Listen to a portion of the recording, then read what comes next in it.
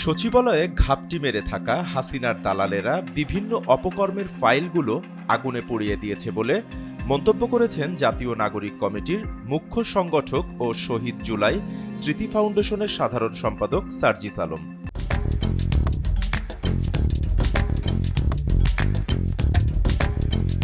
আমলাতন্ত্র ও প্রশাসনে যেসব চাটার দল এখনও ঘাপটি মেরে লুকিয়ে আছে তাদের শেকড় থেকে উপড়ে ফেলতে হবে বলে হুঁশিয়ারি দেন তিনি। ২৬ ডিসেম্বর দুপুরে নিজের ভেরিফাইড ফেসবুক আইডি থেকে দেওয়া এক পোস্টে তিনি এ মন্তব্য করেন। সবশেষ তিনি লেখেন, সাবধান করার সময় আর নেই।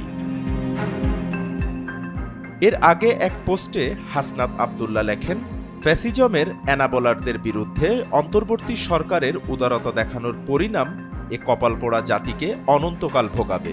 তিনি আরও লেখেন, হাসিনার ঘি খাওয়া ফ্যাসিস্ট অ্যানাবলাররাই এখন মানবাধিকারের আলাপ দিয়ে ফ্যাসিস্টদের পক্ষে সিম্প্যাথি গেইন ক্যাম্পেইন চালাচ্ছে। এ ক্যাম্পেইন না থামাতে পারলে আপনি শেষ। আজকে আমলা, আগামীকাল অন্য কেউ। সচিবালয়ের আগুনে সবচেয়ে বেশি ক্ষতিগ্রস্ত হয়েছে ৩টি মন্ত্রণালয়ের দপ্তর। এ ভবনেই বসেন বৈষম্য বিরোধী ছাত্র আন্দোলনের ২ নেতা ও উপদেষ্টা মোহাম্মদ নাহিদ ইসলাম ও আসিফ মাহমুদ সজীব ভুইয়া। ৭ নম্বর ভবনের ৮ তলায় অবস্থিত সড়ক পরিবহন ও মহাসড়ক বিভাগ এবং ৭ তলায় থাকা ডাক ও টেলিযোগাযোগ বিভাগ, স্থানীয় সরকার বিভাগের দপ্তর আগুনে পুড়ে গেছে। ভবনের এই তলাতে সবচেয়ে বেশি আগুন লেগেছে। আগুন নেভাতে সেখানে পানিও ছেটানো হয়েছে সবচেয়ে বেশি।